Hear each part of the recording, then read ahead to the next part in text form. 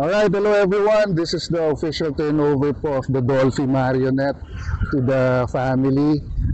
Hopefully for the Dolphy Museum. Yes. Dito si Direk Eric, Direk Epi, and Miss Shasha. So, before anything, bakit nakagalit si Sasha? Kasi pagdating namin, naglilinis siya. Oo nga. Galing badminton. Dahil death anniversary ng aming daddy. Ayun. Shasha, thank you. Salamat. Thank you, love. Salamat at nilinis mo. Happy 13 years in paradise. Thank you, thank you. Actually, I was checking the email. Yung email ko kay Scotland, yung gumawa. July 17 ko pala siya pinagawa. A few days after the death. Ikaw ba yung sa ano? Sa Pilipinas Got Talent. Museo Pambata? Yes, ma'am, po. Museo Pambata. Sa Scotland din ginawa? Hindi po. Si Scottish. hindi po. Scott ang pangalan, Land ang family name. Scotland. American, Galing sa Banayad Whiskey. American puppet maker. Sumali rin siya ng America's Got Talent. Napakagaling.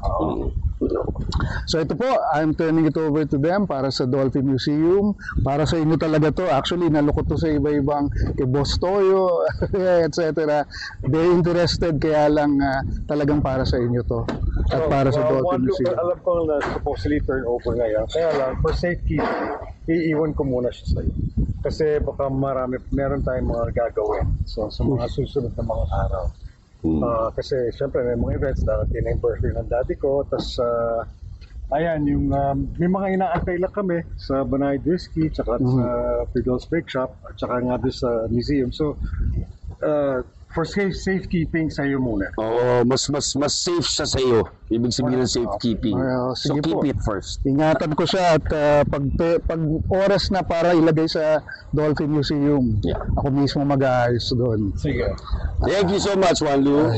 Salamat, Thank you, salamat. Wanlu. Thank you pala sa cleaner namin for today. Nagalinis ng... Alright, salamat po. Thank you. Alright. Thank you, Direk. Alright. Wanlu, thank you. Thank you, thank you. Actually, yung Thank you, Miss Shasha. Naman siya eh.